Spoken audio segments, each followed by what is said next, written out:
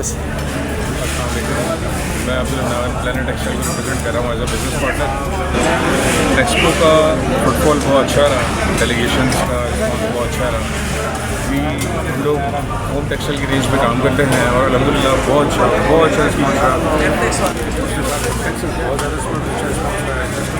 बहुत ज़्यादा all the best of luck to the किडैप team to organise upcoming years more than this good awareness. बहुत अच्छा लगा, सारी चीज़ें बहुत अच्छा हुआ।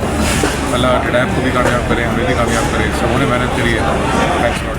अच्छा, आप क्या समझते हैं आउट ऑफ कंट्री लोग डेलीगेशन आए, कुछ कोई आर्डर्स वगैरह मिले कुछ? मुझे लगता है पर्सनली कि डेलीगेशन सिक्योरिटी रीजन्स की वजह से पाकिस्तान में नहीं आई, लेकिन अल्हम्दुलिल्लाह बियॉन्ड दी एक्सप्लोरेशन काम हुआ है और बहुत अच्छा फुटबॉल।